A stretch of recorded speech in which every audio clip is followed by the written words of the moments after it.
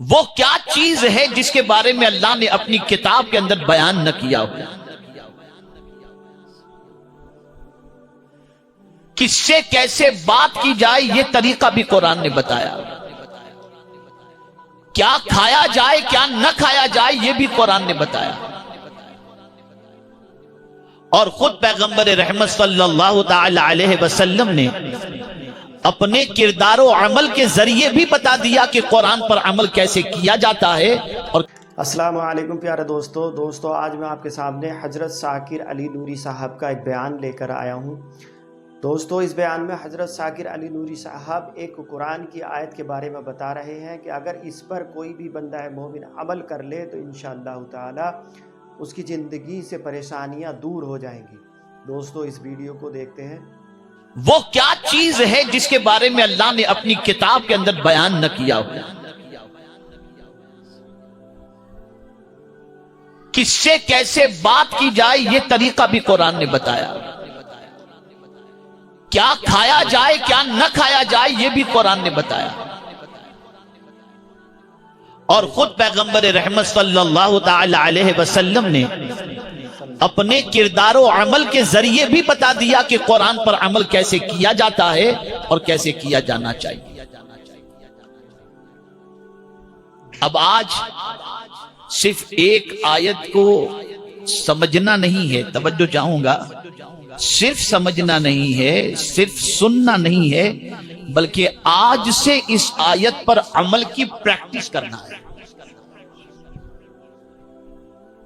اگر اس پریکٹس کے اندر آپ سکسیس ہو گئے تو پھر دنیا کی کوئی طاقت گرا نہیں سکتی.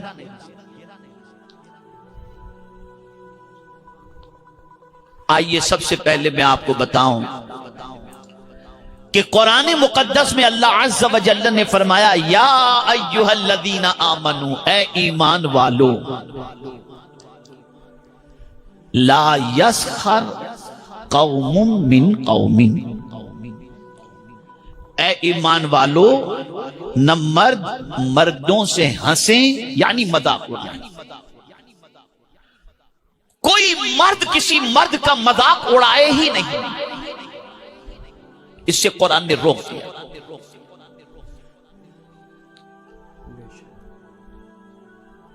اور زیادہ تر مذاق وہ اڑاتا ہے جو خود کو کچھ سمجھتا ہے اور سامنے والے کو کچھ نہیں سمجھتا. کبھی آپ نہیں دیکھیں گے کہ جو بہت کچھ سمجھا جاتا ہو اس کا دنیا اس کے سامنے مذاق اڑائے. لیکن ہمیشہ آپ دیکھیں گے کہ انسان مذاق کمزور کا اڑاتا ہے. اور مجھے یہاں پر میرے ایک ساتھی کا واقعہ یاد آتا ہے، میں اس کے حوالے سے بتاؤں. سفر حج میں وہ میرے ساتھ تھے، حافظ ظاہر شاہ، نابینا تھے، نابینا ہے وہ، مجھے نہیں معلوم اب وہ ساتھی باقاعدہ حیات ہیں یا نہیں، مبلغ تھے تحریک کے. ان کے والد، ان کی والدہ اور ان کی بہن، یہ تینوں سفر حج میں ہمارے ساتھ تھے.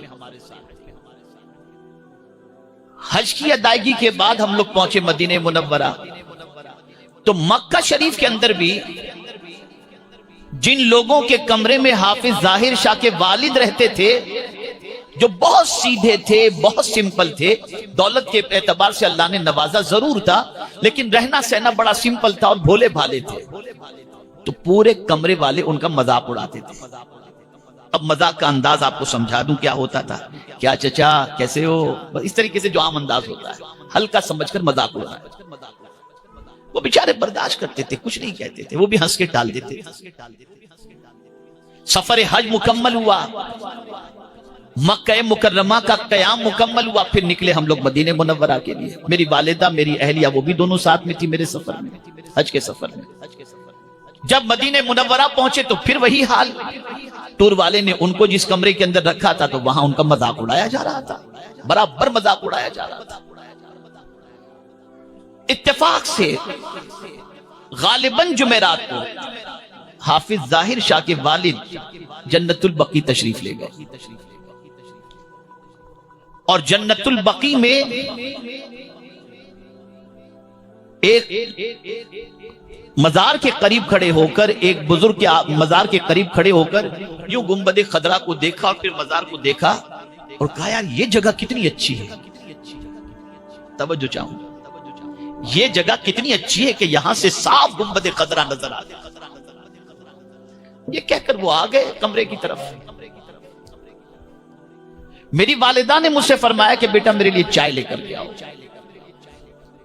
تو ٹور والے کی چائے میری والدہ کو سمجھ میں نہیں آتی تھی، میں ہوٹل سے چائے ان کے لیے لے آتا تھا. تو میں چائے لینے کے لیے گیا.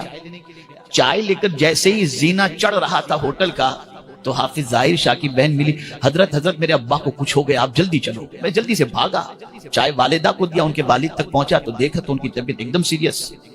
میرے دوست کو میں نے فون کیا جو مدینہ شریف میں رہتے تھے، وہ آئے، جیسے ہی گاڑی میں ان کو رکھا ان کی روح پرواز کر گئی.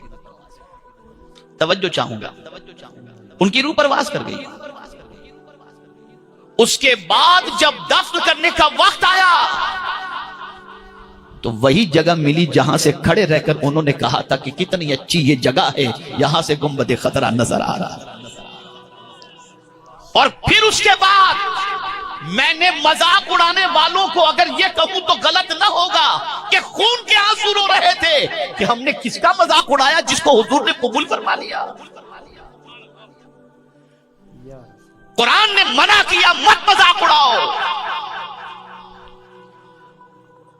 اور پھر واضح طور پر فرمایا عسا ان یکون خیرا، ہو سکتا ہے جس کا تم مذاق اڑا رہے ہو اللہ کے نزدیک اس کا مقام تم سے بہت بہتر ہو. یہ ہے قرآن کی تعلیم. اگر مالدار ہو تو غریب کا مذاق مت اڑاؤ، صاحب علم ہو تو جاہل کا مذاق مت اڑاؤ، طاقتور ہو تو کمزور کا مذاق مت اڑاؤ، محلوں میں رہتے ہو تو جھوپڑ پٹی میں رہنے والوں کا مذاق مت اڑاؤ. اسی لیے حضور صلی اللہ علیہ وسلم نے فرمایا بہت سے ایسے لوگ جن کے لباس گرد آلود اور چہرہ مٹی آلود ہوتا ہے، اگر وہ کوئی قسم کھا لے تو اللہ ان کی قسم کو پوری فرما دیتا ہے. حقیر کسی کو مت سمجھو، حقیر کسی کو مت سمجھو، اس لیے کہ آپ کو مجھے کسی کو نہیں معلوم کہ ہم جس کا مذاق اڑاتے ہیں اس کا مقام اللہ کے نزدیک کیا ہے. ہم نہیں جانتے اس کا مقام کیا ہے، اور اس پر اللہ والوں کی نظر اتنی گہری تھی. پیارے دوستو، اس بیان میں حضرت شاکر علی نوری صاحب یہی بتا رہے ہیں کہ قرآن پاک میں جو یہ آیت ہے اس میں یہی فرمایا گیا ہے کہ ہمیں کسی کی بھی مذاق نہیں بنانی چاہیے. تو دوستو، ہمیں اس چیز سے باز آنا چاہیے. اس ویڈیو میں بس اتنا ہی. دوسری ویڈیو میں انشاءاللہ تعالی ملیں گے. السلام علیکم ورحمۃ اللہ وبرکاتہ.